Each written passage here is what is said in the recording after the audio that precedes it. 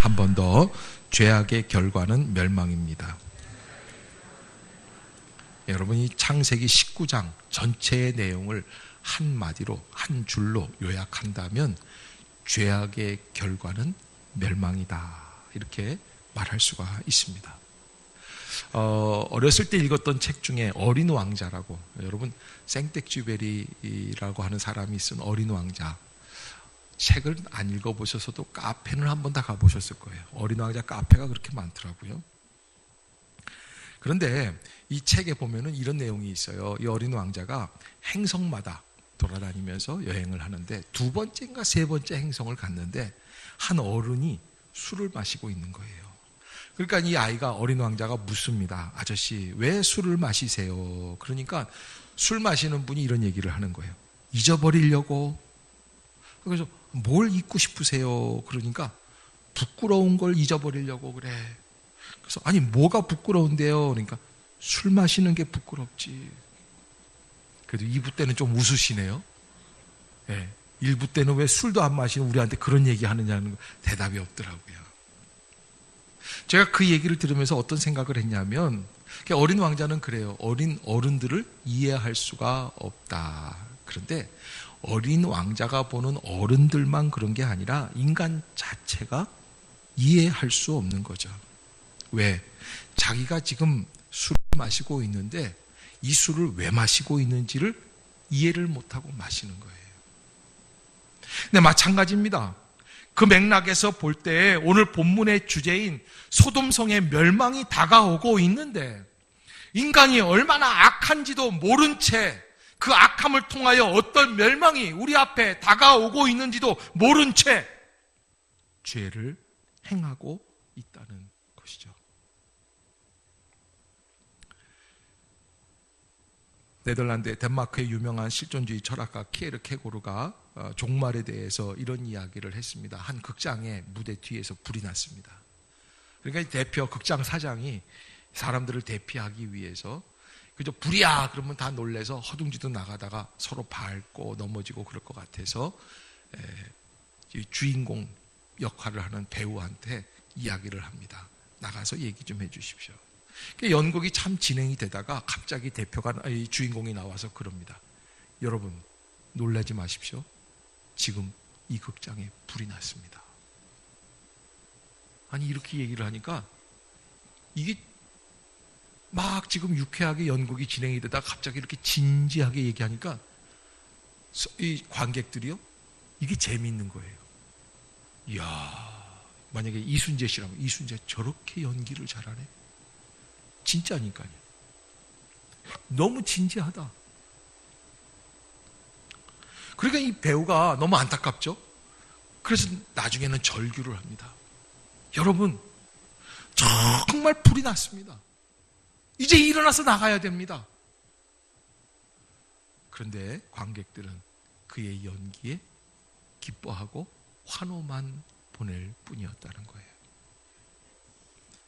여러분, 사실이 아니라, 농담이 아니라 사실이라고 해도 사람들은 아무도 믿어주지 않는다고 생각했을 때, 다가오고 있는 현실 앞에서 인간의 무능함, 부족함, 5분 후를 모르고 지금 갈 길을 가고 있죠. 저는 창세기 19장을 보면서 소돔이 그렇다 생각이 됩니다. 지금 5분 후를 모릅니다. 내일 아침 동이틀 무렵에는 어떠한 멸망이 소돔을 기다리고 있는지를 모른 채 그 밤에 인간의 정욕과 음란과 죄악 가운데 관영하여서 멸망의 길을 향하여서 살아가고 있는 모습을 보게 되는 거죠. 자, 여러분, 오늘 본문을 보면은 창세기 19장 그 멸망 직전 전날 전야제, 그 전날 밤에 두 천사가 소돔에 이르게 됩니다. 자, 1절을 한번 볼까요? 시작. 저녁 때에 그 두 천사가 소돔에 이르니 마침 롯이 소돔 성문에 앉아 있다가 그들을 보고 일어나 영접하고 땅에 엎드려 절하며. 아멘. 자, 여러분, 이 저녁, 그 멸망 직전 전날 밤, 전야제예요. 그런데 천사가 들어와요. 따라해 봅시다. 천사가 왔을 때는 이미 늦었다. 여러분, 하나님의 사자가 오면은 이미 늦은 거예요. 하나님의 경고의 메시지가 들어오면 이미 늦어요. 막을 수가 없어요. 이미 멸망이 시작된 걸 볼 수 있어요. 그래도 그 사실을 모른 채 롯은 일어나서 나그네를 보고 일어나 영접하고 땅에 엎드려 절을 합니다. 여러분이 아브라함도 땅에 엎드려 절을 했습니다. 세겜나무, 상수리나무 밑에 있다가 지나가는 나그네를 보고 달려나와서 그들을 영접하고 땅에 엎드려 절을 했습니다. 그런데요, 이 뉘앙스가 조금씩 달라요. 다르니까 결과도 달라요. 자, 2절부터 한번 볼까요? 19장 2절 시작. 이르되 내 주여 돌이켜 종의 집으로 들어와 발을 씻고 주무시고 일찍이 일어나 갈 길을 가소서. 그들이 이르되 아니라 우리가 거리에서 밤을 새우리라. 아멘. 고개 좀 들어보세요. 18장에서 아브라함이 들어오셔서 쉬었다 가십시오 라고 얘기할 때는 어떻게 한다고 그랬어요? 그렇게 한다고 그랬어요. 내 말대로 하리라 그랬어요. 18장 5절이에요. 그런데 19장 2절에서 똑같은 조카 롯이에요. 들어와서 우리 집에서 하룻밤 묵으십시오 그러는데 뭐라고 그래요, 천사가? 아니다. 우리가 거리에서 밤을 새우리라. 왜 그럴까요? 여러분 생각에는 목사님은 별걸 다 따진다. 아니, 아브라함은 정말 하나님의 종이니까 그렇게 했고 롯은 이제 멸망할 동네니까 천사가 경계하려고 그런 거 아니냐. 너무 쉽게 생각하지 마세요. 여러분, 부모님이 오셨다가 가시는데 딸 내서 잘까요? 아들 내서 잘까요? 이게 좀 예민한 문제예요. 여러분, 벌써 아들 있는 엄마, 딸 있는 양가 다 있는 분들은 벌써 느낌이 달라요. 또 아들만 있는 집은 또 달라요.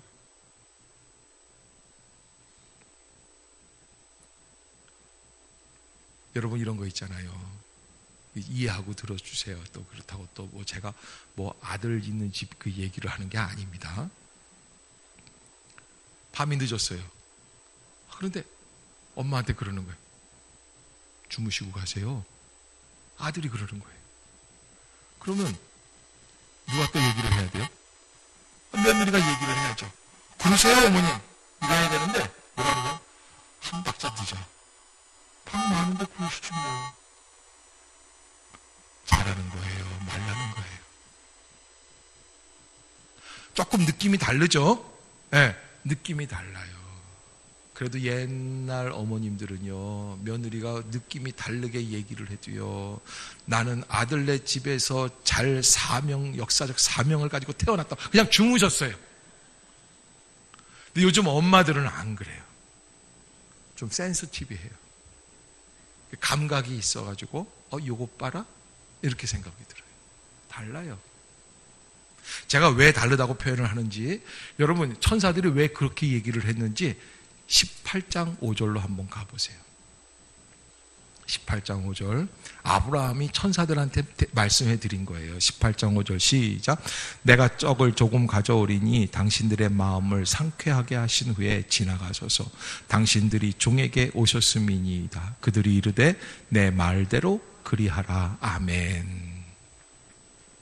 4절도 한번 볼까요? 4절 시작.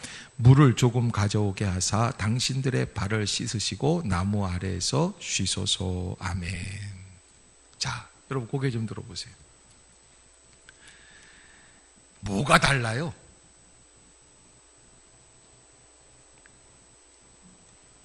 말 느낌이 달라요. 아브라함의 이야기를 들으면 기분이 좋아요. 뭐가 다른지 뭐라고 딱히 잡아서 얘기는 못해요. 그런데요, 이걸 읽다가 롯 얘기를 들어보면 내 주여 돌이켜 종의 집으로 들어와 발을 씻고 주무시고 일찍이 일어나 갈 길을 가소서. 어때요? 달라요. 왜 다른 줄 아세요? 제가 그렇게 읽었거든요. 달라요. 그래서 천사가 뭐라고 그러냐면 아니라 우리가 거리에서 밤을 새우리라 그런 거예요. 여러분, 저는 이 본문을 읽다가 어떤 생각이 들었냐면 하나님 내 심령에 모시는 게 쉬운 일이 아니라는 생각을 들었어요. 여러분, 하나님을 모시는 거 쉽게 생각하지 마세요. 철저하게 주님이 아니면 나는 살 길이 없습니다. 주님 내 안에 들어오세요. 내가 주님을 주인으로 섬기기를 원합니다. 그래도 될지 안 될지 모르겠어요. 여러분, 이 발을 씻겨주는 거는 이거 굉장히 중요한 거거든요. 근데 이거 발을 씻겨주는 게 이게 주인이 들어온 손님들을 위해서 의당 무릎을 꿇고 하는 거예요. 그런데 그렇게 잘 안 해요. 그런데 이 롯의 이야기를 듣고 보면은 네 발은 네가 씻으라는 얘기 같아요. 발을 씻고 주무시고 그리고 좀 편안하게 쉬라는 게 아니라 일찍이 가라는 거예요. 그런데 아브라함은 뭐라고 그래요? 당신들의 발을 제가 씻겨드리겠습니다. 나무 아래 쉬십시오. 제가 떡을 조금 여러분, 떡 조금 갖고 온다 그러고 이 양반이 떡을 몇 마리나 했어요? 2마리 했어요. 2말. 지난주에 다 했잖아요. 지난주에 떡 먹은 거 다 어디 갔어요? 오늘도 떡 2마리 했습니다.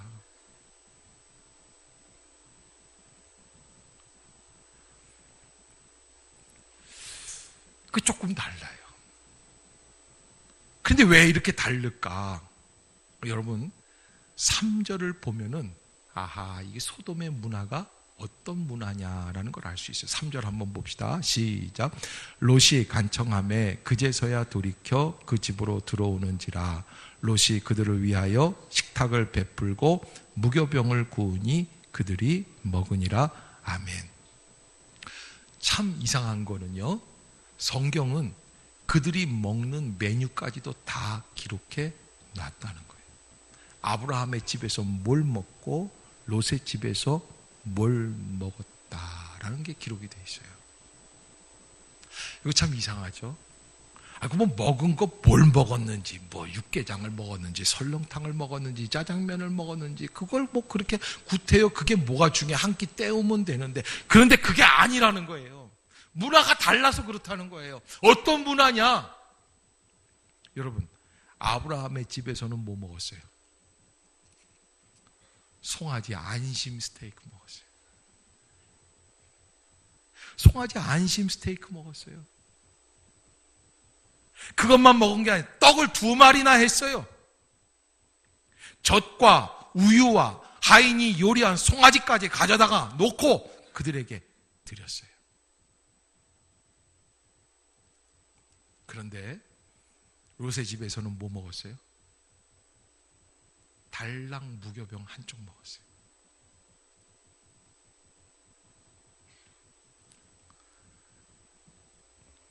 저희 어렸을 때는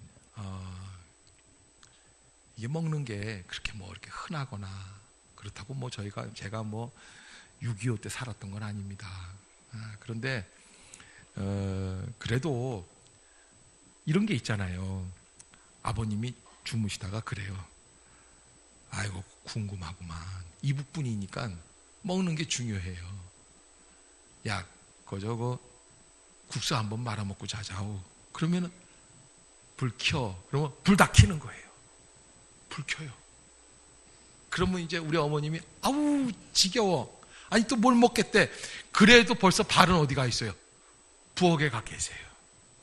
그 당연한 거예요. 그냥 자다가 그렇게 해서 일어나서 그러면 국수에다가 김치 국물을 이렇게 넣고서는 그리고 거기다 이제 말아서 그걸 이제 드시는데 그게 참기름이 또 그때는 참기름이면 참기름 그래요. 그런데 이 참기름이 너무 귀하니까 한 방울 떨어뜨리는 거예요. 내가 한 숟갈 넣었다가 뒤지게 맞은 적이 있어요.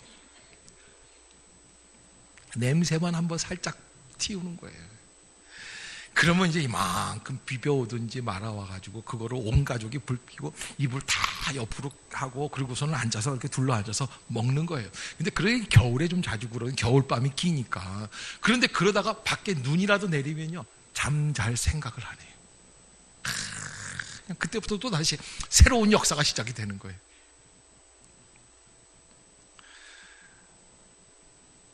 저희 집도 그래요. 요즘 애들이요 밤에 내가 뭘 이렇게 사갖고 가면 그래요.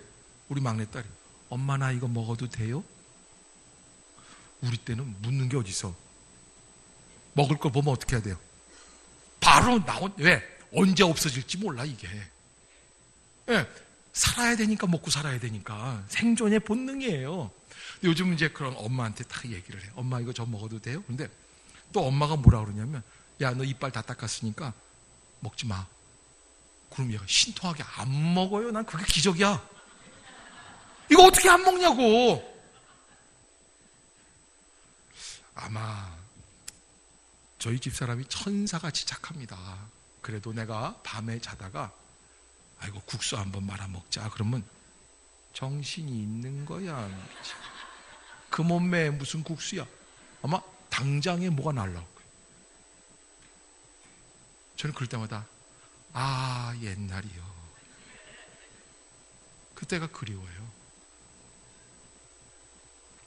여러분 저희 살아갈 때 요즘 뭐 핸드폰이 우리나라 국민 숫자보다 더 많이 있대잖아요. 아니 자동차가 국민 숫자만큼 있어요. 저희 집에 전화가 없었어요. 옆집에 승희네 집이라고 승희라고 우승이라고 있었어요. 경찰관 집 딸인데 그 경찰관 아저씨가 그땐 돈이 많았어요. 왜 경찰관 아저씨가 왜 이렇게 부자였는지는 모르겠어요. 경찰관 아저씨 돈이 많아가지고 전화가 2대 있었는데 한 대를 청색 전화, 백색 전화 있었는데 한 대를 우리 집에 뿌러찌를 해줬어요. 그래서 까만 거 이렇게 해가지고서 이렇게 스위치, 가스 밸브처럼 생긴 거 이렇게 돌리면은 우리 집으로. 그러면 전화가 오면은 아무개 엄마 전화 받아 그러면 담 너머로 소리가 들려오면은 우리 어머님이 이렇게 해가지고 받았어요. 그리고 한 달에 얼마씩 냈어요. 전화가 없어도 핸드폰이 없어도 저녁 먹고 밖에 나가면 너무 행복했어요. 그렇죠. 저는 그때 총각이었으니까 어린 시절이니까 애니까 얼마나 행복해요. 근데 부모님들도 여유가 있었어요. 그리고 저녁 드시고 여름 같은 날은 야 한 바퀴 돌자 그러면 우리가 제가 인천이 고향이거든요. 그 옆에 이제 자유공원이 있었어요. 그러면 쭉 하니 아빠 따라서 이렇게 쭉 가는 거예요. 그러면 그냥 공원을 하염없이 걸어요. 요즘은 나가려면 운동복 다 입어야 돼요. 괜히 잘못 입고 호수공원 가보세요. 운동복 안 입고 나온 사람이 없어요. 얼마나 왕세련인지 몰라요. 그리고 걸으면 안 돼. 무시당해요. 뛰어야 돼요. 그리고 밤에도 선글라스 끼고 뛴다는 걸 내가 호수공원 가서 알았어요.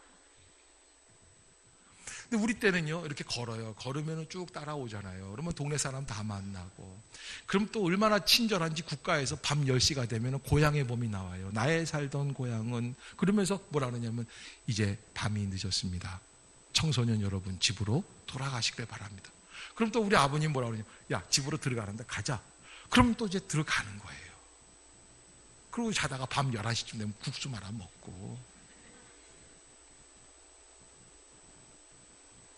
이거 준비하면서 갑자기 어젯밤에 그게 그렇게 먹고 싶었어요. 뭐냐면 10원짜리 삼립 크림 식빵 10원이었어요. 10원. 그놈의 10원이 없어가지고서는 그걸 사가지고 제 동생하고 너 5원 내 나도 5원 내고 그래서 반띵 해가지고서는 그래서 크림 누구 한쪽으로 붙지 않게 잘 비벼가지고 띄어가지고서 나눠 먹었어요.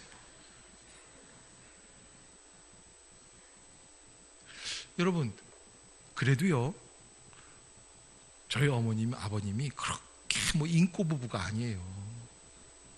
일주일에 한 번은 죽어라 싸우시는 분이에요. 예? 동네 집집 다 그랬어요. 왜? 먹고 살기 힘들어서 싸울 수밖에 없는 순간들이 있어요. 그래도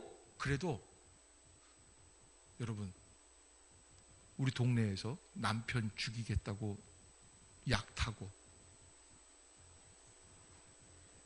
보험 들어놓고 죽이고 뭐 그런 사람은 없었어요. 요즘은 뭐 누가 주면은 마시기가 겁나. 어려워요. 소돔은 센스가 있어요. 세련됐어요. 아브라함은 장막에 살아요. 롯은 집에 살아요. 벽돌집이에요. 대리석집이에요. 얼마나 찬란했겠습니까? 그런데 그런 집에 살아도 어떻게 됩니까? 유황불이 떨어져 내리니까 건질 게 아무것도 없는 거예요. 멸망이 오고 있는 겁니다.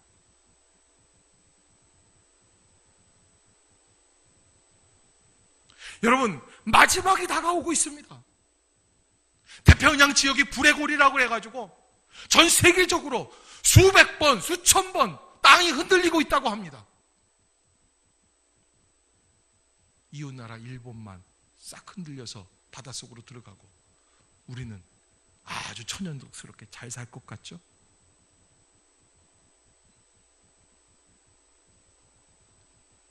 우리도 그 불의 고리에서 얼마 떨어져 있지 않아요. 에드워드 기분이라고 하는 영국 역사가가 1787년, 그러니까 지금부터 한 300년 전이죠. 책을 하나 썼습니다. 로마 제국의 몰락이라고 하는, 우리만 모르는 책이고 세계적으로 너무너무나 유명한 명저입니다. 에드워드 기분이라는 사람이에요. 한번 네이버에 가서 찾아보세요. 근데 이 사람이 이 책을 쓰면서 5가지로 로마가 멸망할 수밖에 없었던 이유를 얘기를 해요. 첫 번째, 이혼율이 급속히 증가했다. 그래요. 이혼율이 급속히 증가했다. 부부가 살다가 그냥 헤어지는 걸 너무 쉽게 생각을 하는 거예요. 두 번째, 높아진 세금을 많이 거두기 시작해요. 정치인들이 어떻게 하느냐, 이거는 우리나라 얘기를 하는 게 아닙니다. 착각할까 봐 말씀드려요. 인기를 끌기 위한 정책으로 백성들을 공공연하게 이용하기 시작했다. 그래서 사람들의 불만을 잠재우기 위해서 번화가에서 무료로 곡의 공연을 벌이고 음식을 나누고 시간이 흐를수록 재정의 적자는 점점 커질 수밖에 없었다. 3번, 세 번째, 비인간적인 스포츠가 인기몰이를 하게 되었다. 점점 더 강한 쾌락을 찾는 사람들에 의해서 퇴폐적인 유흥 문화가 생겨나기 시작하고 스포츠는 점점 잔인해지고 야만스러워졌다는 거예요. 요즘 얘기가 아니에요. 로마 시대의 얘기예요. 지금부터 1000년 전이에요. 그리고 네 번째는 군비, 국방 예산이 확충되기 시작했다. 영토를 정복한 뒤에도 군사들을 유지해야 되기 때문에 계속해서 군사비가 늘어났다는 거예요. 5번째, 중요한 얘기입니다. 기독교가 쇠퇴하기 시작했다. 313년 콘스탄티누스 황제라는 사람이 로마의 부흥을 위해서 기독교를 공인하고 기독교를 인정해주고 교회가 공식 종교가 되었습니다. 교회를 인정해 주었습니다. 여러분, 박해시대 때에는 그저 목숨을 걸고 믿던 사람들이 목회자나 성도나 할 거 없이 타락하기 시작을 했다는 거예요. 이제는 국가 종교가 되었는데 기독교가 쇠퇴했어요. 진정한 신앙인들이 사라지기 시작했어요. 여러분, 제가 이걸 읽다가 아니, 요즘 시대 얘기 아니냐 하는 생각이 들 정도예요. 너무 비슷해요. 그래서 로마는 그렇게 몰락되었다.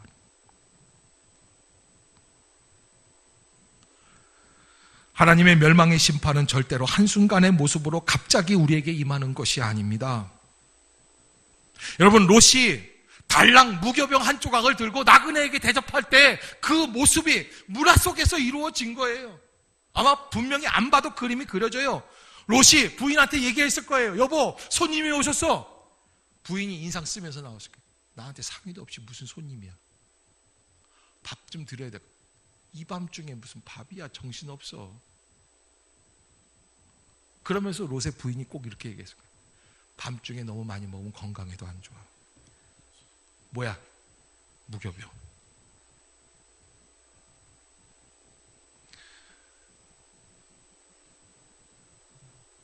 여러분, 잘 사는데 냉장고가 3대, 4대가 돼도 그 집에 가서 뭘 잘 얻어먹을 줄 알았는데 나이 많은 그 바깥 어른이 샌드위치 한 조각 딱 줄게, 이거밖에 없네. 왜 그래요? 그 지역 문화가 그런 거예요. 멸망하기 직전의 증세예요. 정이 없어요. 은혜가 없어요. 자기들이 누리고 있는 것이 진정한 축복인지를 몰라요. 마음의 감동이 사라진 지 오래됩니다. 서로를 바라봐도 은혜가 없습니다. 자꾸 인간의 머릿속으로만 계산해서 따집니다. 여러분, 그것이 멸망 직전의 소돔의 모습입니다. 그리고 그 다음에 여러분 집에 가셔서 19장 한번 쭉 읽어보시고, 제가 5월 달은 가족에 관한 이야기들을 좀 하면서 이거는 나중에 6월 달에 다시 이제 19장 설교를 할 겁니다. 한번 좀 읽어보세요. 너무너무 인간 이하에 생각할 수 없는 엄청난 죄악의 역사가 소돔 안에 임하게 됩니다.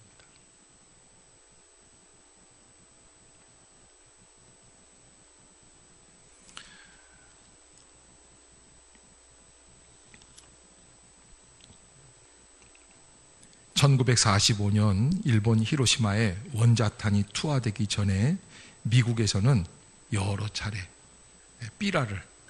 찌라시를 뿌렸다는 거예요. 왜냐하면 일본에도 피할 기회를 주자. 그래서 8월 6일 50리 밖으로 피하라고 하는 경고문을 뿌렸습니다. 그래서 그 원폭을 투하할 히로시마 그 지역에 다 뿌렸어요. 그런데요, 그 사람들이 그 찌라시를 받고 어떻게 했어요? 설마 했어요. 그리고 당일날 24만 명의 시민 중에 14만 명이 죽는 결과가 왔습니다. 이 시대의 문제는 불감증입니다. 북한이 어젯밤에도 동해안에서 미사일을 발사했다는 보도가 있습니다. 그런데 그럴 때마다 일본에 있는 우리 처형집에서 전화가 옵니다. 어떡하냐, 큰일 났네. 우리 집사람은 한결같이 대답하는 얘기가 있습니다. 괜찮아, 그 정도는. 우리는 담대합니다. 우리 집사람이 목사 사모라서 담대한 건 아닙니다. 우리 국민 전체가 담대합니다. 북한이 핵실험을 한다고 해도 괜찮아, 그 정도는. 그런데 여러분, 오늘 19장에서 우리에게 주시는 메시지는 소돔이 악인들이 너무 많아서 멸망했다기보다는 18장에서 아브라함이 하나님 앞에 기도할 때 의인 몇 명? 10명이 없어서 멸망했다고 말씀해 주십니다. 이제 19장 안에 보면은 그 사위들에게도 얘기를 해요. 롯이 내일 망한다, 가자. 그러니까는 낄낄거리고 웃어요. 장인 어른이나 가세요. 결국에는 같이 못 가요. 10명이 아니야, 5명도 안 돼요. 하나님의 멸망의 소식을 믿고 움직일 수 있는 사람이 없어요.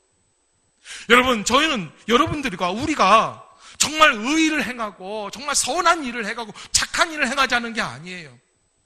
여러분, 진정한 의인은 어떤 의인입니까? 하나님의 은혜를 잊지 않고 말씀대로 순종하고 말씀이 사실이고 현실임을 믿는 게 의인이에요.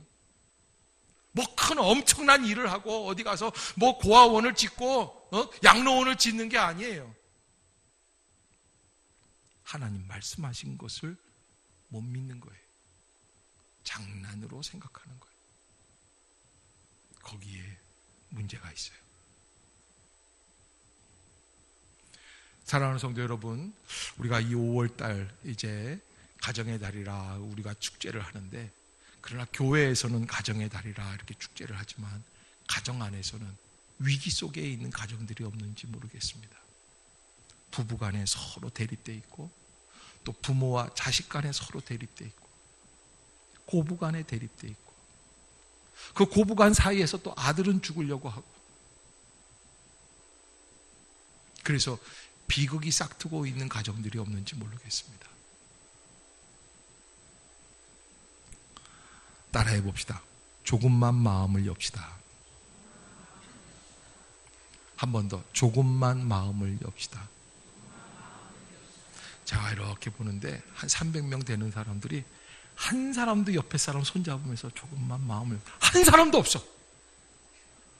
내가 지금 신기해서 지금 쳐다보는 거예요, 지금. 근데 조금만 마음을 엽시다. 그러면 내가 여러분들이 그럴 줄 알았어요. 조금만 마음을. 부부가 앉아 있어도 조금만 마음을 엽시다. 어떻게 이렇게 서로 안 쳐다보면서 조금만 마음을 열 수 있어요? 다시 한번 보면서, 손 잡고 눈을 바라보면서 조금만 마음을 엽시다. 조금만 이해하면 돼요. 좀 불평할 수도 있어요. 원망할 수도 있어요. 만난 게 지긋지긋할 수도 있어요. 사는 게 지겨울 수도 있어요. 그래도 조금만 마음을 여세요. 그러면 살 길이 열려요. 너무 계산을 해가지고 계산 복잡해요. 어려워요. 아무리 계산해도 우리가 하늘나라 가는 날 계산할 수 있어요? 그 못으로 계산해요.